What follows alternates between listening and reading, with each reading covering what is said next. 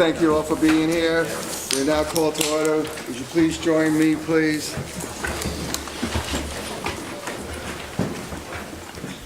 Father God, I realize we are here today as a group who are on the road to destiny. 2015 is the year of execution. We as a body need to carry out and do our part. The process is in place to move forward. You have given us the resources to finish what we began to build, roads. Thank you. Thank you, Lord, for the opportunity and the vision that we are now realizing that 2015 is indeed the year of our destiny. Help us to come together, accomplish our goals, use what you gave us to bless us. This is my prayer, and I pray today in your precious name. Amen. Thank you so much. Mr. Malvin, would you please lead us in the Pledge of Allegiance? I pledge allegiance to the flag of the United States of America and to the republic for which it stands, one nation, under God, indivisible, with liberty and justice for all. You may now be seated. Thank you so much, each and every one of you. Before I ask for public comment, first of all, it's a pleasure to see Delegate Bill DeSteff in the audience, sir. Nice to see you. Appreciate General Assembly members for joining us, too. We thank you for all the work you do in the Commonwealth. Please let it be known that Senator Louise Lucas will be excused today. We appreciate her very much.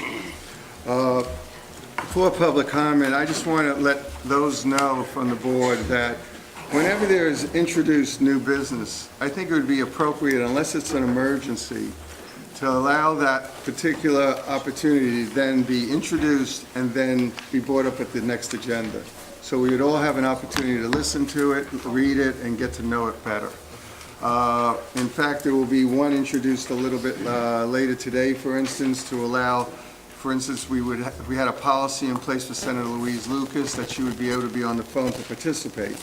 That we don't have a policy, but certainly that we can introduce that to put it for discussion on the next agenda and then decide if that's unreasonable or reasonable. And at the same time, allow public comment, obviously, on new agenda items. If indeed they're going to be looked at on that very day, they should also be allowed to discuss. So hopefully there's clarification on that issue, and I thank you for that. With that being said, if I can ask the speakers now to please come forward, and I thank them for their input. Diana Howard, please.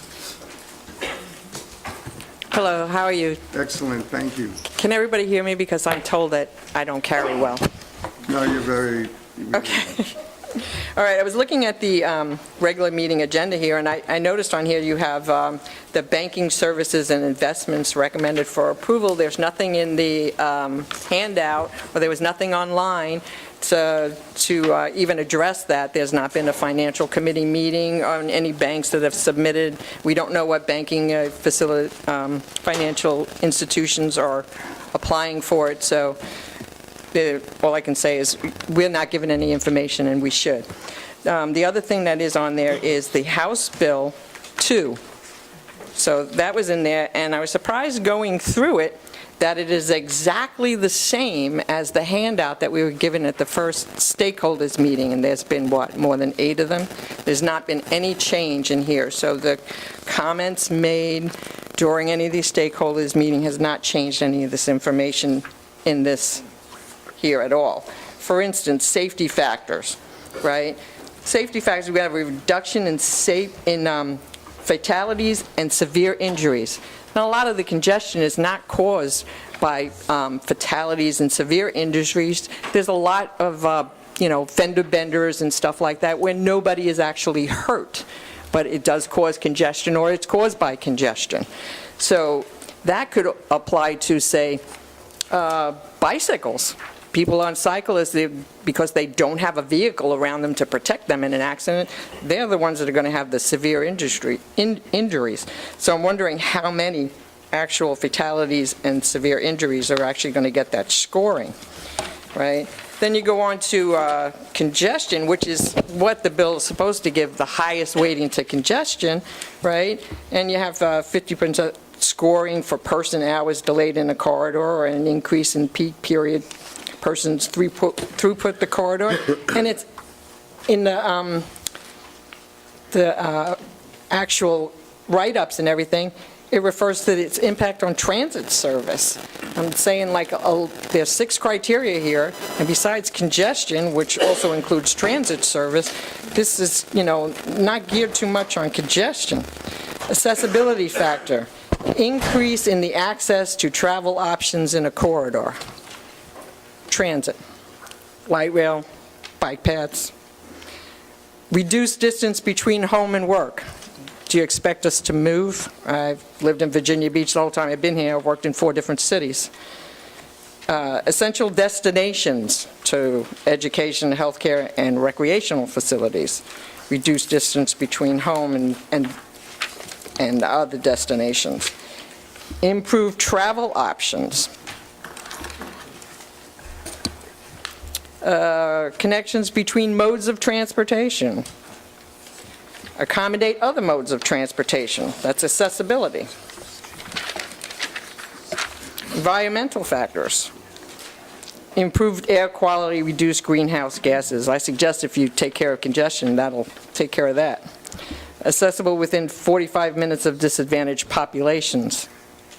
I'm assuming you think that disadvantaged populations don't have vehicles. Accessible 30 minutes between disadvantaged populations, another change in essential destinations. Reduced emissions of PM, NOx, CO, and CO2. Increase rail, transit, or passenger rail. Encourages more pedestrian and bicycle activity. Encourages ride sharing and bus transit. Disadvantaged populations 45 minutes in a region, again, and reduced distance between home and work. Non-auto access is what they are looking for here. That's what it says. Environmental quality, 70% based on support for new economic activity. I wondered what that meant. And he said it had to do with if you were having a new business, whether or not you should judge it on how many people it would employ or the square footage of the building, because it might be some sort of facility that doesn't have a lot of employees, but still would bring an economic benefit to the city or the region. All right, so this is all, and what is the next one here? Supports adoptive comprehensive economic development strategies. What was the next one? Land use factors. This wasn't in HB2. This was something that was added there because they wanted to give extra funding or extra points to some project that does not require roads. Thank you, Ms. Howard. Thank you. I think it's for the body. I just want to comment that the reason there was no backup because the bids are sealed. Just to let you know, is that correct, Mr. Inglima? Yeah. I just wanted to let everyone know that. Thank you. Next speaker, please, is Donna Sy. Yes, ma'am.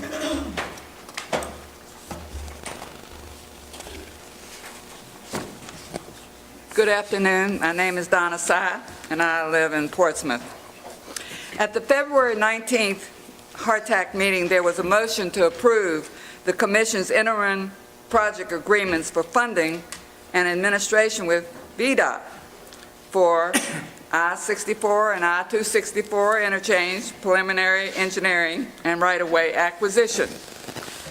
Third crossing environmental SEIS and I-64 side-side high-rise bridge preliminary engineering, and to authorize the chair to finalize, execute, and deliver on behalf of the Commission such interim project agreements. Delegate Joannou asked if certain statutes cited in the recitals of the MOA dealt with tolls. Mr. Inglima said no, and the draft model agreement and the specific project budget would be in the appendix. Delegate Joannou asked if that verbiage could be removed. Mr. Inglima said that it could be eliminated from agreements that applied to specific projects which were voted on. I don't see any interim project agreement signed in today's packet or information about the right-of-way acquisition. The next thing I want to address In our packet for today is information on House Bill 2, which you just had a review by Diana. I don't see anything in Hrtac's bylaws that deal with this bill, so I don't know why that was put in here. Hrtac's bylaws stipulate the role of Hrtac regarding funding projects. That is all. In our Principles of Liberty 14, life and liberty are secured only as long as the right of property is secure. When I read the acquisition I-264 interchange preliminary engineering and right-of-way acquisition, I was concerned because the definition of acquisition means an act of acquiring as a man takes pleasure in the acquisition of property as well as in the possession. The state government has failed to preserve individual liberty by observing constitutional limitations. The state government has exceeded its constitutional power, thereby our individual liberty has become a thing of the past. The state government has succeeded in taking we the people's individual rights in favor of the collective regional government. In closing, I wonder who will show me the interim project agreements that are signed. I wonder who will provide me information about the right-of-way acquisition. And who is going to tell me why information on House Bill is in our packet? Thanks for listening. Thank you. Mr. Mark Adoldig-Yastrovsky, please.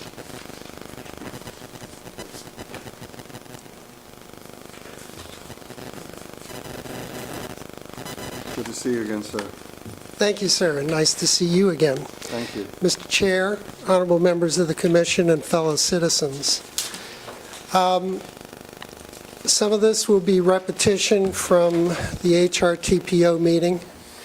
Those of you who have heard it already, I say it's your cost of doing business. If my preferred form of governance for this body had been implemented, and I have not given up hope that it will, the representatives sitting at this table would have been elected directly by the people of the constituent localities. So, this is the price you pay for sitting in the big seats. I want to address the funding for the expansion of the high-rise bridge on Interstate 64. I'm a believer that the HOT model is one that is viable and equitable. It's viable because it provides additional revenue. We are in a state of flux in terms of transportation funding generally. What I have observed over the past couple of decades has been a diminished role of the federal government in funding highway and other transportation infrastructure, and a greater reliance on state and local funds. By using the HOT model, you will have the benefit of tolling on the new infrastructure to help pay for the improvements. The equity part comes in the fact that the existing lanes would remain untolled. This model is being used currently in our Commonwealth in the Interstate 395 and 495 corridors.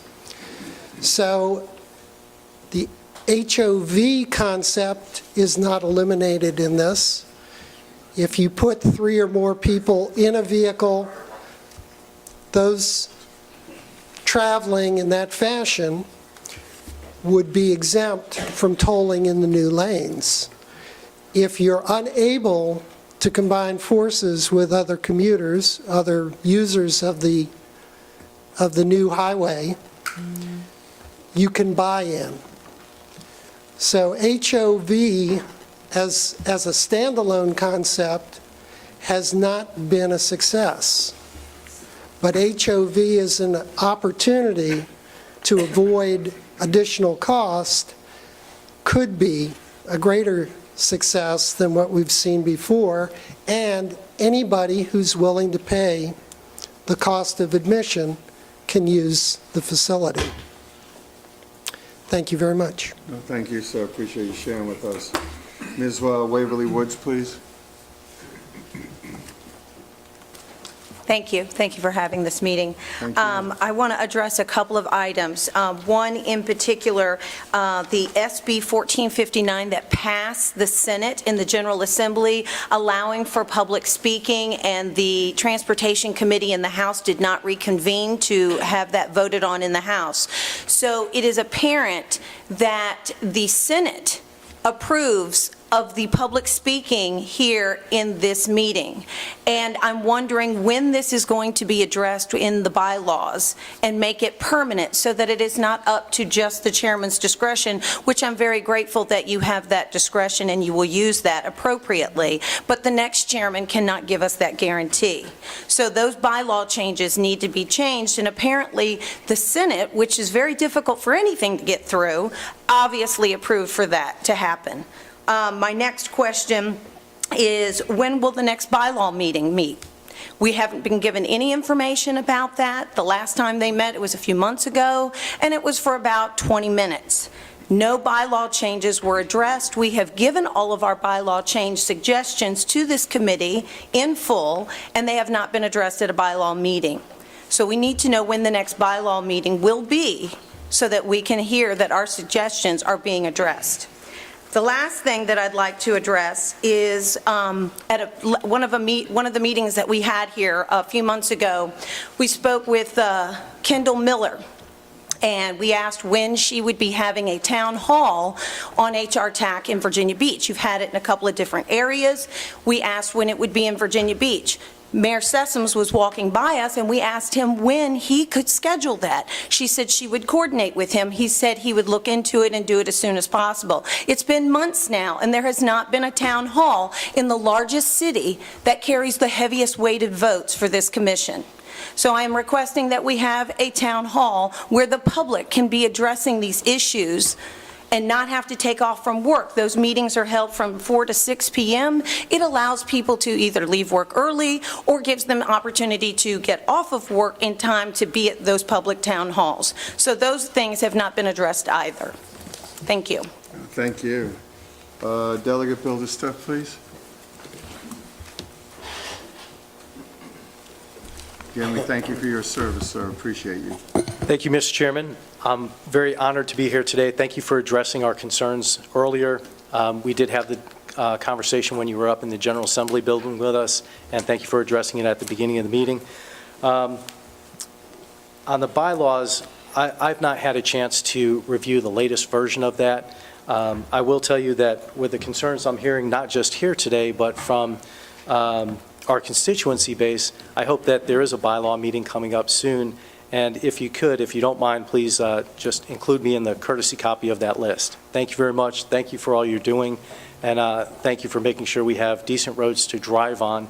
And the gentleman who was talking about the hot lanes in Northern Virginia, that the model has worked very well.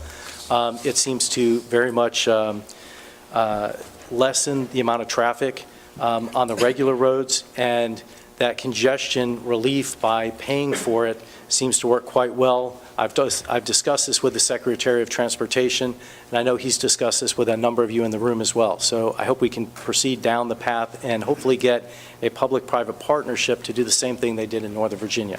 With that, thank you today for your support and your service, and thank you for listening to my comments. Thank you, sir, for sharing with us. Next item of business is the minutes of January 8th, 2015 and February 19th, 2015 Hrtac regular meetings. Is there a motion, please, to approve, unless there's any deletions or corrections? So moved. Thank you, Mr. Hunt. Second. Thank you, Mr. Price. I just want to say this, unless I have a request for a roll call, we will use a voice vote. Please appreciate if there is at least even one nay or someone wishes to abstain. We will then determine a motion then be carried and proceed with a roll call vote. All minds clear on that? Thank you. Those in favor say aye. Aye. Those opposed? Any abstentions? Thank you so much. Next item of business, item 4, I-64 high-rise bridge corridor study and environmental assessment. First of all, I want to thank Mr. McKinley Price, the chairman of the TPO. I thank you so much for your leadership, and we were able to come to a vote, a unanimous vote, according to the language that was set forth by the CTB. I would ask if Mr. Malvern, if it would be appropriate to read that language and see if there would be any further discussion on that. All right, the motion is for alternative 2, and it reads as follows: adding 2 lanes to the facility in each direction, including the construction of a new bridge and eventual replacement of the existing bridge. Existing and proposed capacity could accommodate multimodal options and/or contain toll and pasture management provisions. Thank you. Mr. Joanna, that does not mean it's going to be tolled. I hadn't said a word.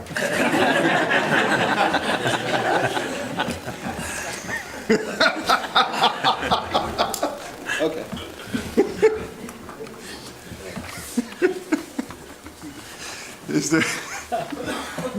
Is there any further discussion? Otherwise, a motion is now in order, please. So moved. Thank you, Mr. Sessoms. Second. Thank you, Ms. Johnson. Hearing no further discussion, again, I will say this, unless I request of a roll call, we will use a voice vote.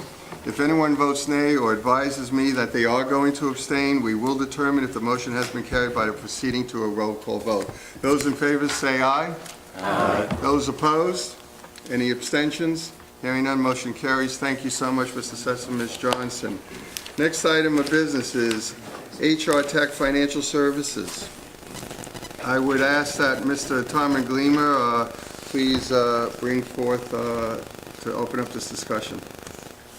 Before the commission begins its deliberations on the RFP, I want to state that the members of the commission have been advised of the names of the 4 banks that have presented proposals and have been advised that they must disqualify themselves if they have a conflict under the State and Local Government Conflict of Interest Act or the Public Procurement Act.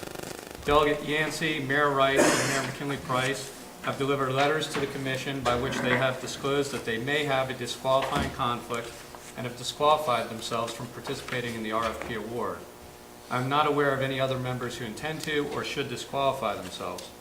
Because of the disqualification, Delegate Yancey, Mayor Wright, and Mayor Price may not participate in the discussion of the RFP or any vote thereon. They may remain in the meeting room unless the commission decides to go into a closed session to discuss the RFP. Thank you. If I may ask now Ms. Nancy Collins to please explain the RFP process and how it was conducted. Thank you, Mr. Chairman. Good afternoon. A request for proposal was issued on October 9th of 2014. It was posted on the 3 websites for the Hrtac, the HRTPO, and the HRPDC. It was also published in the local newspaper, the New Journal and Guide. In addition, local financial institutions also received a copy by mail. Questions were solicited and received before the pre-proposal conference, and an addenda to the RFP was published after the conference was held, again on all 3 of the websites. 5 institutions attended the pre-proposal conference held on October 22nd, 2014. 4 of these 5 submitted proposals on November 13th. Once the proposals were received, the evaluation committee reviewed them and developed a list of matters requiring further inquiry. Once this was complete, each of the 4 financial institutions was interviewed by the evaluation committee and staff members. Based on the written proposals and the oral presentations, the consensus of the evaluation committee was that 2 institutions be engaged to provide banking and investment services for the Hrtac. These 2 banks would have distinct but complementary roles. Once the Hrtac approves the 2 institutions, an intent to award must be posted for 10 days before any action can be taken to establish accounts with the institutions. If approved today, the earliest this would take place would be on Monday, March 30th, 2015. Mayor Hunt, a member of the Evaluation Committee and the Vice Chair of the Hrtac Finance Committee, will brief the Commission on the proposed institutions. Thank you. Thank I'll you. now defer. Before I ask for questions, Mr. Hunt, please. Okay, and if everybody doesn't mind, I'll just speak from here. Please. I'll tell you, the evaluation committee was pleased with all 4 proposals. They were all very well thought out by each and every institution, and there was no weaknesses, as nobody here would expect a weakness in the banking institutions. Very good interviews. Can you say what those institutions were? Go ahead, Yeah. let Mr. Hunt finish, and he certainly will get to that. And so what I would say is that all of the institutions recognized one thing that the committee basically had previous discussions about, and we're leaning in that direction. And that was a willingness to team. I think all of them realized that the sums of money, the value of this contract was probably something that we didn't want to put any single financial institution or this body at risk. So therefore, all of them came prepared to team in these endeavors. And that made it much easier for us. So where the evaluation committee came down to and its final decisions were made on, there were some expertise that we liked out of the four different ones. And there was a day-to-day, what we consider to be the day-to-day banking institution. And then there was another institution which we felt like had investment and longer-term strategy discussions that we needed to consider.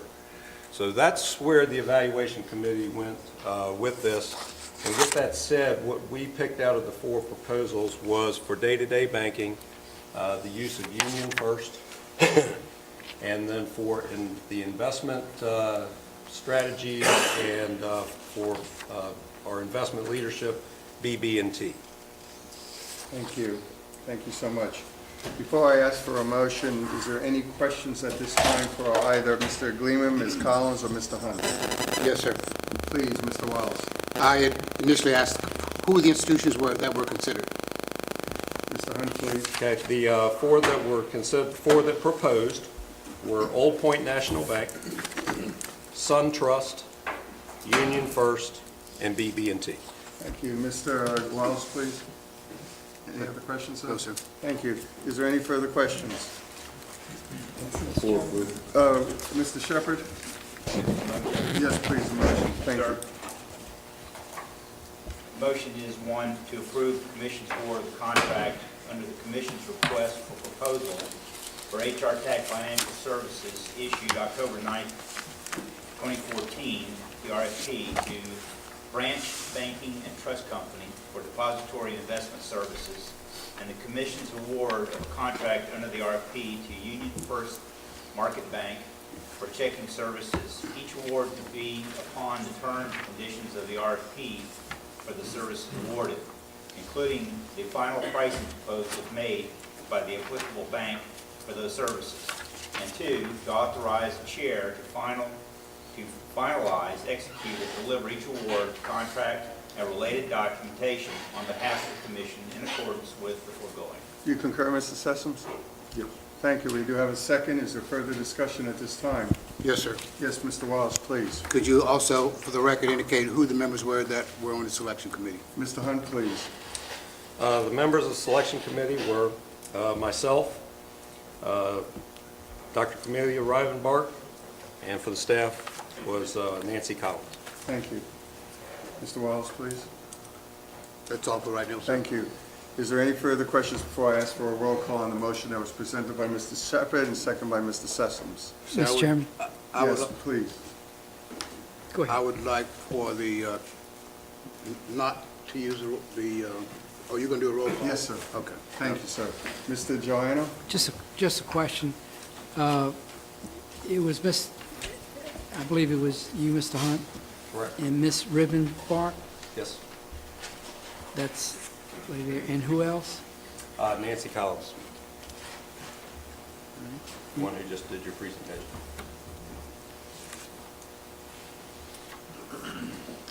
All right.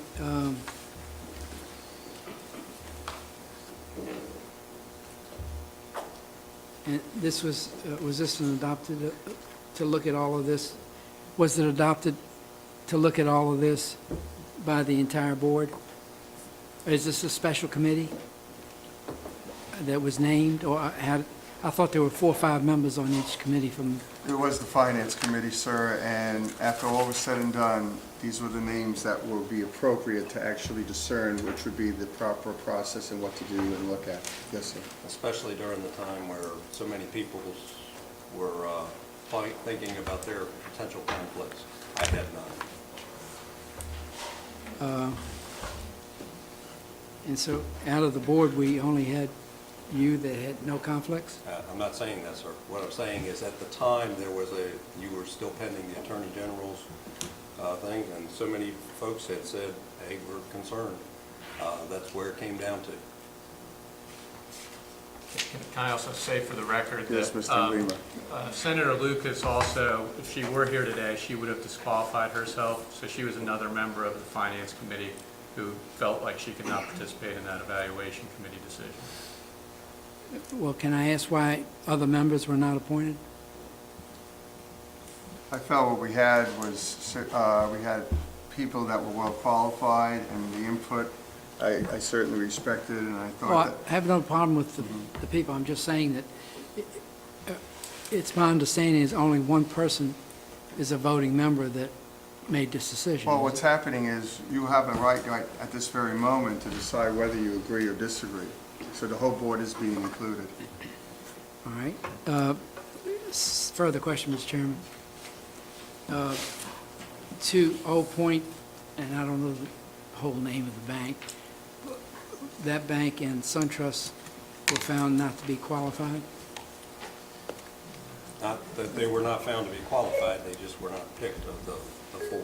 All 4 banks were very solid in their presentation. And it's my understanding, can you just tell me how the money that's coming in going to go split up to one bank and another bank? I think the details of that we will work out with the individual banks once we get through the 10-day period. What we simply think is that the day-to-day activities that Union First actually is going to be here within this building with a kiosk. And basically, you will be able to bank from within the building. And that as far as small change things, we don't see the bulk of that going there. We see the bulk going into investments, and that the 2 banks will have to coordinate in the coming days on how that will be done, obviously with the leadership here. How did you come up with 2 banks instead of 1? Well, I leveraged, I'll tell you that 2 of the banks came in already prepared to team. In fact, during the discussion, they had already had discussions about how to team behind them. 2 of them were independent, and we asked based on those discussions, would they be willing to team? And all 4 banks said we would be willing to team and we understand. Where the evaluation committee stumbled on this was with all the discussion of a bank that the public had some perception, and I call it a perception, that one of the local banks had too many members of this body on it. They did not even bid on this. But it did start us to think that if we ever headed down the lane of having a single financial institution and then had an issue with that, then we would have nowhere else to go.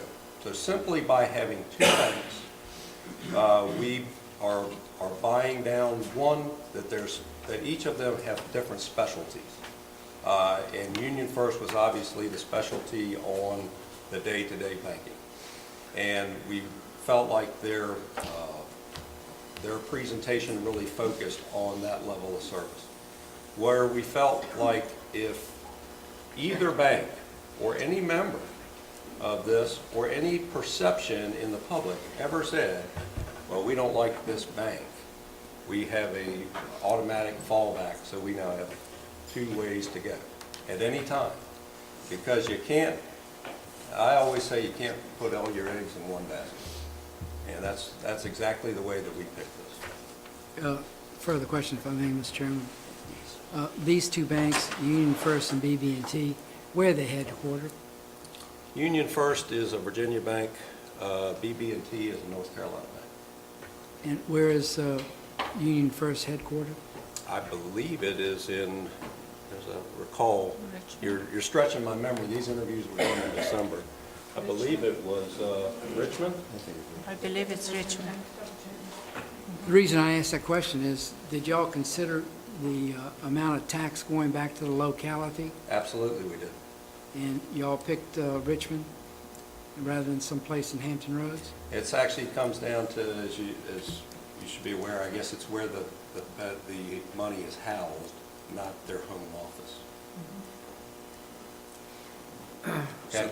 So are you saying the money is going to be housed in Hampton We Roads? talked about that, yes.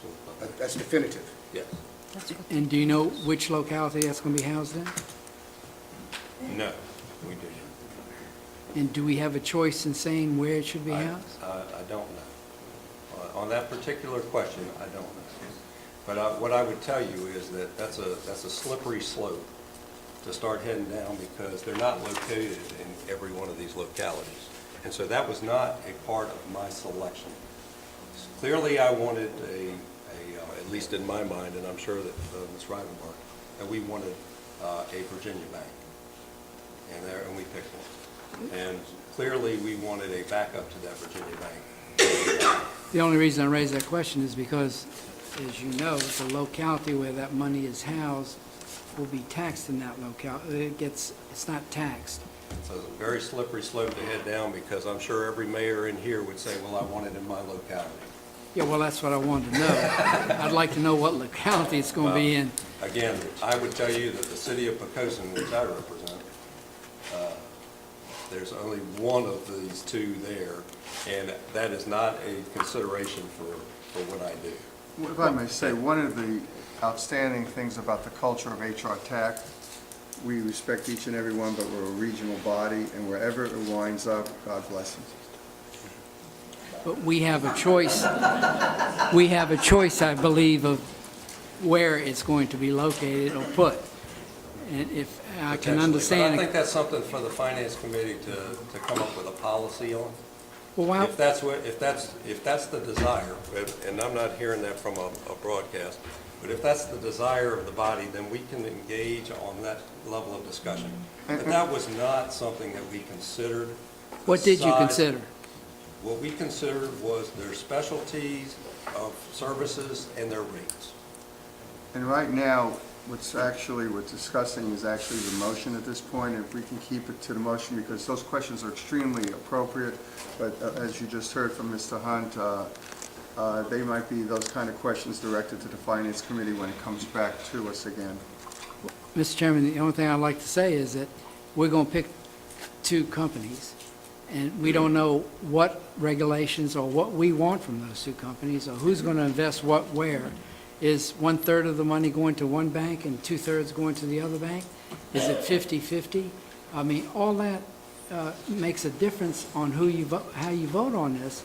And the reason for that is they might well be the best banks around. But I'm just saying to you, I really have the interests of the committee at heart more than I do that of the banks. Well, currently, right now, it's in the state treasury, and we're just trying to help the process.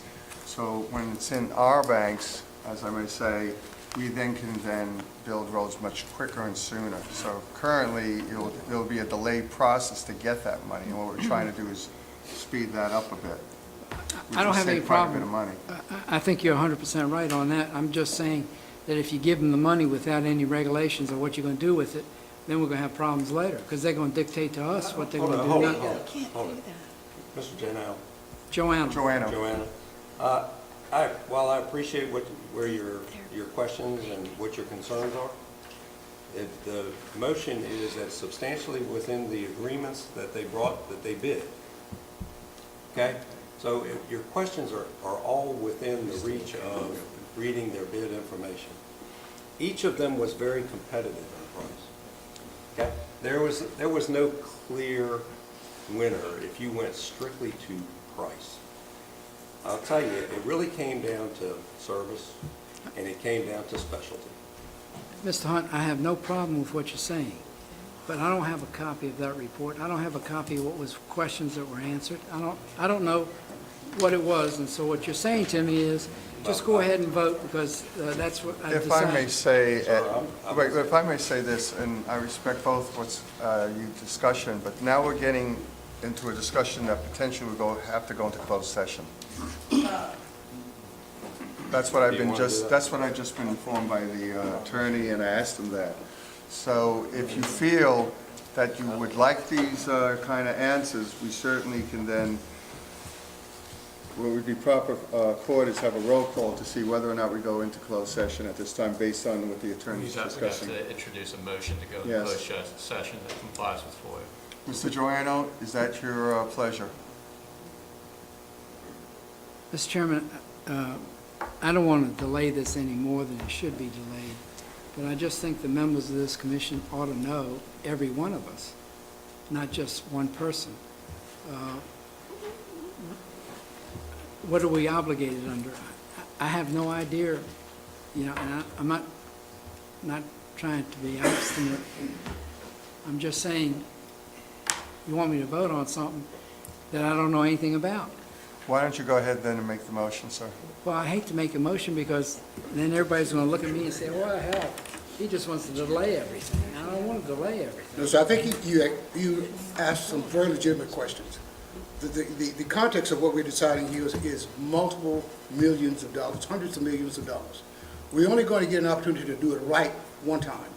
And to do it right the first time, even if we have to defer and delay this vote until we get subsequent information for all of us to digest and have some information in terms of, these are the factors that were involved in making this particular decision. This was considered, that was considered, that was considered. On the basis of that information that was submitted, this is what we arrived at, this is the rationale for our recommendation. And it seems perfectly legitimate for us. I have no problem, like I said. Well, let me say this, we're certainly going back and forth at this point. Is there a motion at this time to go into closed session? Excuse me one second. Yes, sir. It seems to me that a lot of this doesn't need to go into closed session. I mean, I'm assuming you could say the cost differences that were there. You know, I'm sure you had a certain amount of analysis that was done on each bank and cost and so forth. Can we not have that in a snapshot real quick? I don't see where that Mr. Mayor, has to be closed session. if that's the pleasure of the commission, I think that's fine. I was just trying to make sure that your negotiating strategy with these banks would be preserved. And if you guys don't think that's compromised one bit, then certainly that would be appropriate. I think, but I will go through that one more time, what we considered in the evaluation committee. Pricing structure was equivalent across the board. Basically, there was no clear competitive advantage presented by any of the banks. Some of them were more expensive for their day-to-day services than others. Some of them leaned forward on day-to-day services where others focused more on investment strategy. That was clearly the thought process of the evaluation committee. And the two that we picked, Union First, to do the day-to-day banking activity was based on the fact of the minimum costs and the superior level of service bringing the bank to us. That was the defining moment. For BB&T, their history, their tremendous ability to reach into investment markets and to offer advice, solid advice, was strongly considered. And so have we decided how much goes to which bank? I think that's something in the future. Right now, we're saying these are two banks that we would like to use. The Finance Committee will have to come back to this body to say, all right, we're going to pull the money out of the state treasury, and this is the way we intend to distribute it. But what we're clearly saying is day-to-day this way, investment this way. Question, Mr. Chairman. Will they have the authority to do that, to tell us this is how they're going to do it? And we just say, we're stuck with it because your contract is there? Mr. Gleeman? I didn't understand the beginning of the question. I said, let's assume that I'm one bank and Dave here is the other bank. And so I'm getting the money from Richmond. am I going to just be able to take that money and say, this is how we're going to work this, and this is what he's going to get, and the two of us get together and we work that out? Or does this commission, is the contract between us and the commission going to be, is it going to be a lot better than what the contract was with Hampton Roads Transportation for the downtown tunnels? And I see these contracts all the Let me time. defer to Mr. Engleeman. Mr. Engleeman, please. My understanding is that BB&T would be engaged to provide the depository and investment services, and that Union would be engaged to provide the checking services. And- They're two distinct functions, that the BB&T was chosen, if I'm hearing right, based on them having better experience in providing the depository and investment services. In each case, the contracts may be terminated for convenience on, I believe it's 30 days' notice. So if this commission doesn't feel that either of these banks is doing the job they should be doing, they can terminate the contract. And the contracts further provide that those banks have to assist the commission in transitioning the funds to a successor. Both of those banks will take their directions from Hrtac, not from each other. Let me go to Delegate Jones. Mr. Chairman, if I may, I believe this will just put in place a mechanism. Yes, We sir. have choice to choose two. We or Finance Committee would decide based on the schedule for payout, would then determine what would go into a long-term investment based on the scheduling or the layering of bonds that we might need, et cetera. So this body would make that decision, not any institution.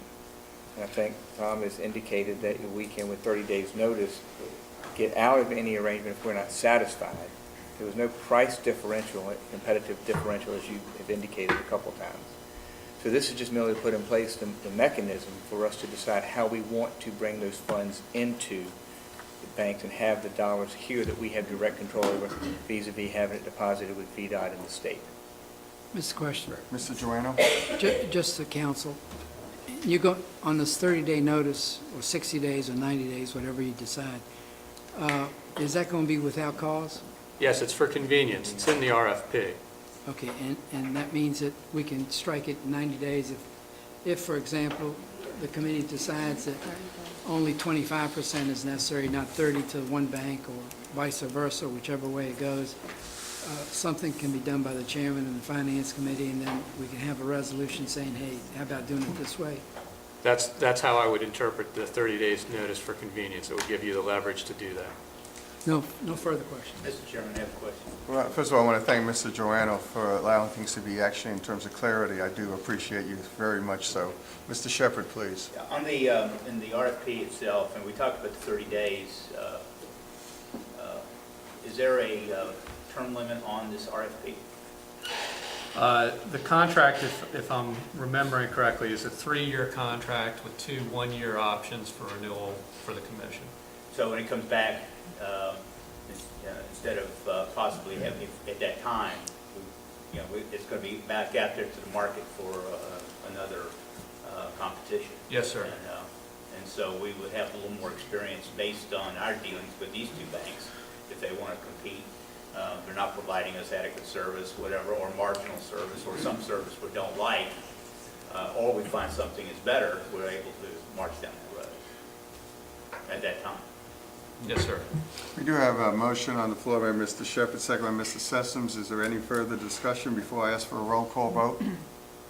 Hearing none, Dr. Rodenbach, please. Mr. Krasno, Yes. Ms. Johnson Ashburn, She's absent. okay. Mr. Wallace, Yes. Mr. Alphen, Yes. Mr. Hippel, Yes. Mr. No, Price. he's abstained. Okay. It's on there. You can Just please. Okay, Mr. Frame. Yes. Mr. Hunt, Yes. Mr. Jones, Yes. Ms. Johnson, Yes. Mr. Sessoms, Yes. Mr. Holman is absent. Mr. Shepherd, Yes. Ms. Lucas, She's abstained and absent. okay, Mr. Wagner, absent. Mr. Joanno, Yes. Mr. Jones, Yes. okay. Could you please give us the results, Dr. Rodenbach? I think it carries, the motion passed. Thank you all for that. Appreciate the comments, obviously. Next is a companion item. If I can ask authorizing signatories for the Hrtac bank accounts. Nancy Collins, please. In accordance with Article 7A of the bylaws, checks shall be signed and countersigned by the chair, or in the chair's absence, the vice chair, and also the executive director, or in the executive director's absence, those authorized from time to time to vote by this commission. In order to establish accounts at the financial institution, both checking and investment, the Hrtac must designate authorized signatories for the Hrtac financial accounts. It is recommended that the Hrtac designate the following individuals as the authorized signatories for the Hrtac financial accounts: the chair and the vice chair, Mayor Alan Krasnoff and Senator Frank Wagner. Others authorized by this commission in the absence of staff for the Hrtac at this time: Mayor Eugene Hunt, the Hrtac Finance Committee Vice Chair, and Nancy Collins, the HRTPO Chief Financial Officer. The above list of other authorized signatories will be updated once the Hrtac staff has been hired. We ask that you approve this list. Thank you. Mr. Shepherd, please. Mr. Chair, a motion is one, to ratify each of Mayor Alan Krasnoff and Chair... That's close. Krasnoff, but I didn't let the end out. Sorry, sir. It's all good. I feel I've been called Chef Park. I feel the love. I feel the love. Mayor Alan Krasnoff. Get it close? I love you. Just continue. You're good. It's Chair of crazy. the commission and Senator Frank Wagner, Vice Chair of the commission, individually as authorized signatories for the commission's account with Branch Banking and Trust Company and Union First Market Bank, with power to sign checks and drafts, and two, as contemplated pursuant to Article 7, Section A of the bylaws of the commission, in the absence of an executive director, to approve each of Mayor Eugene Hunt Jr., Vice Chair of the Commission's Finance Committee, and Nancy K. Collins, HRTPO Chief Financial Officer, individually as authorized signatories for each of those accounts, with power to countersign checks and drafts. Mr. Sessoms, do you concur with a second? Yes, sir. Thank you. Is there further discussion at this time? A roll call is in order, please. Mr. Krasnoff? Yes. Mr. Wallace? Yes. Mr. Alphen? Yes. Mr. Hippel? Yes. Mr. Frame? Yes. Mr. Hunt? Yes. Mr. Dallas Jones? Yes. Ms. Johnson? Yes. Mr. Sessoms? Yes. Mr. Holman? He's absent, sorry. Mr. Shepherd? Yes. Mr. Joanno? Yes. Mr. Chris Jones? Yes. That's it. Results are, please, Dr. Rodenbach. Carried, passed. Passed. Thank you so much. Next item, I would ask, based on the comments that were made prior to listening to the public comments, if there's any new business at this time that would like to be introduced so that we can then place it on the next month's agenda. Mr. Sessoms, please. I've got a few things, and one won't have to be placed on the agenda, but the first one would have to be placed on the agenda. Please. And I sent a letter to you, and you were kind enough to say you were fine with this, but let's act on it next week. I'd like added to the I-264-64 interchange improvements expanded, that requires $10 million and $5 million for environmental and engineering for the Route 1358-460 connector in Chesapeake and Suffolk. If we could act on that next week, please. We'll place that on next month's agenda. It's just to hear, anybody can place anything they want on the next month's agenda. You don't have to have a vote. Go ahead, sir. I have something else if I Please. could bring up.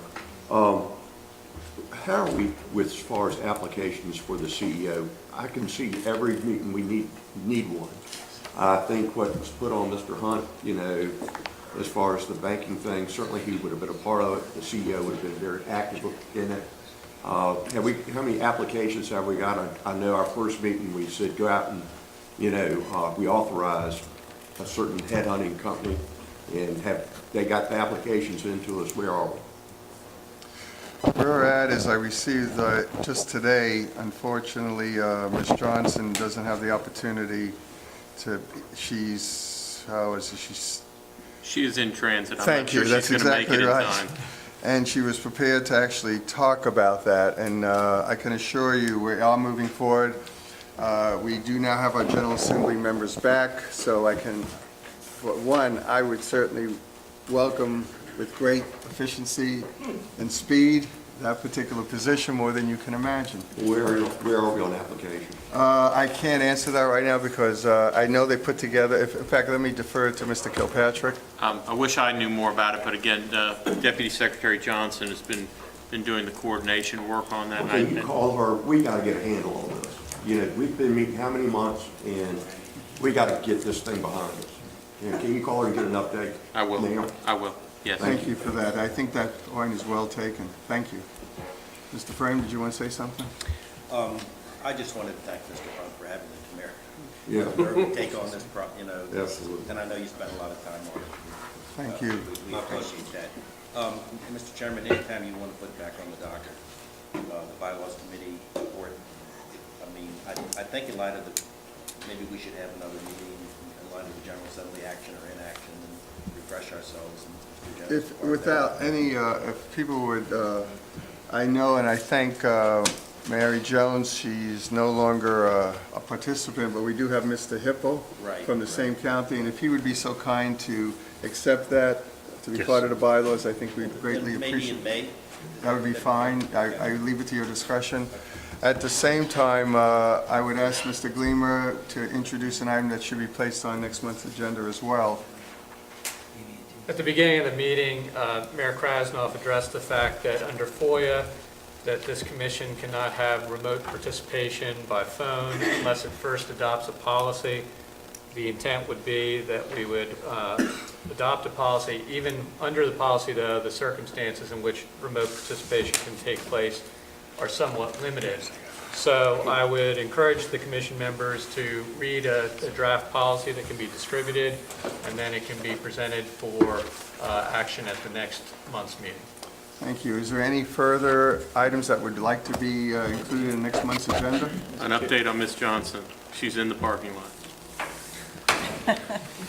You want to hear it now? Mr. Chair. Yes, Delegate Jones, If I Mr. may, Jones. At the next meeting, if we could have that committee, search committee, to be scheduled to meet, I think, we can get either an update now, we can have information sent to us, and then we can kind of really see where we are, how many applications, and then try to not accelerate, but to facilitate the process so we can get a decision sooner than later. I agree, and I got one other thing, Mr. Chairman. Yes, please. The MOU between VDOT and us, Yes, where we, that's a good point, and we actually are dealing with that. Mr. Gleamer. The MOU has not been signed yet. It is, we've had some time delay based on the fact that the General Assembly was in session, and VDOT has certainly had their hands very full with the General Assembly session. And we are, I expect, close to entering into that, and the interim project agreements, I would guesstimate within the next week. so we Exactly, could do that probably next month exactly. as well. Yes, sir. Mr. Chairman? And I Let believe me ask you, is the deputy ready to walk in?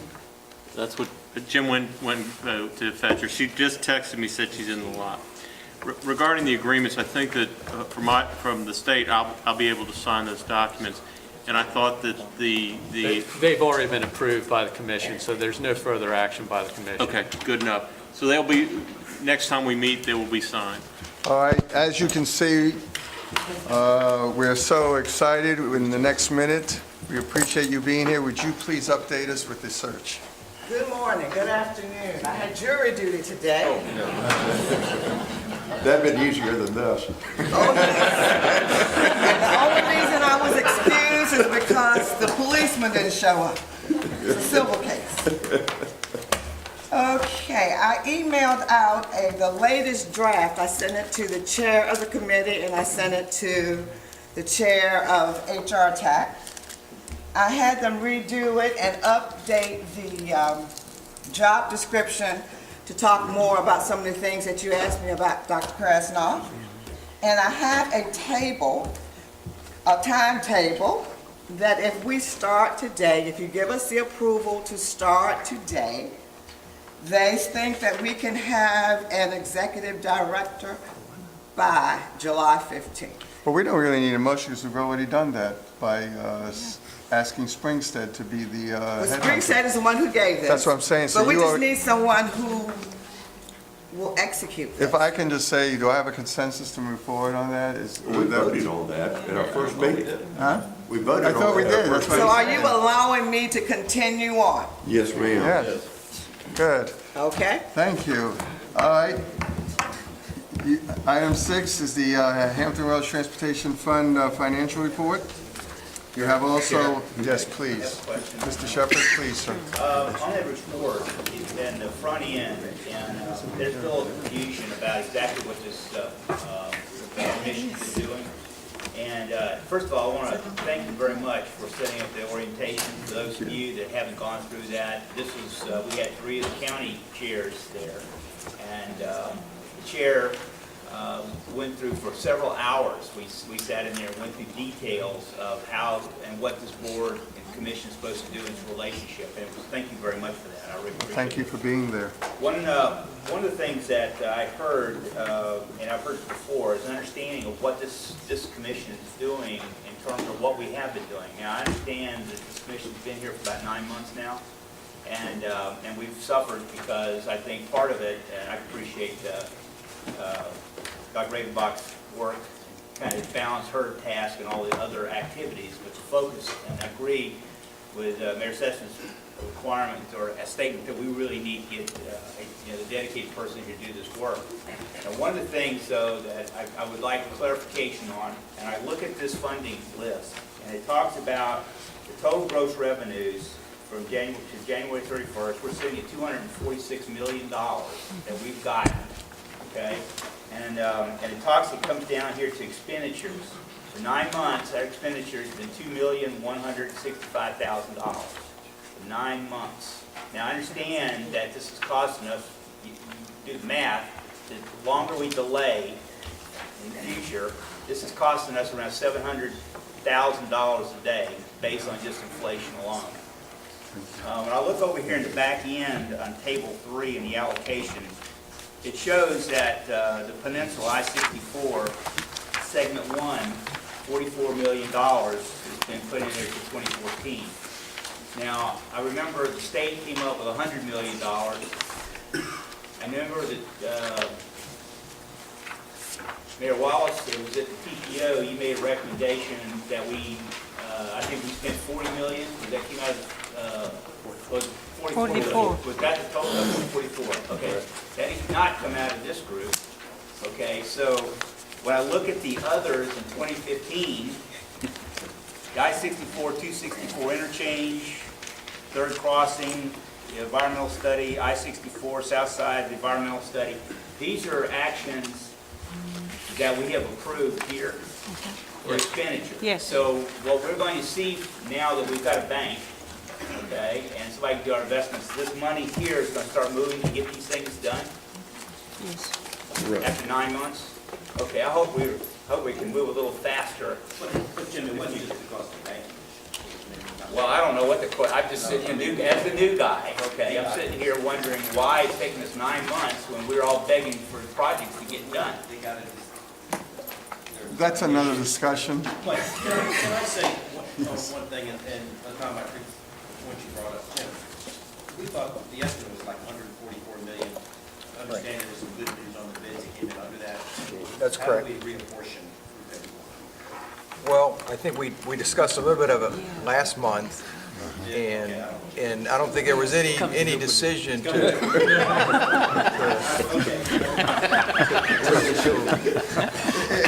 All right, let's go to the next item then. I'm trying, I'm helping it out here, assisting.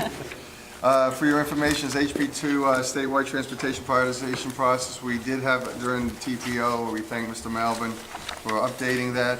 I do need a motion for the next Hrtac regular meeting, which is April 16th, 2015, 12:30. Is there a motion, please? Second. Who made the motion, please? Thank you. Who seconded? We certainly can do a voice vote. All those agree? Say aye. Any nays or abstentions? Hearing none, motion carries. I need a motion, please, to adjourn. So moved. Thank you, Mr. Wright. All in favor, say aye. Aye. Those opposed? God bless you.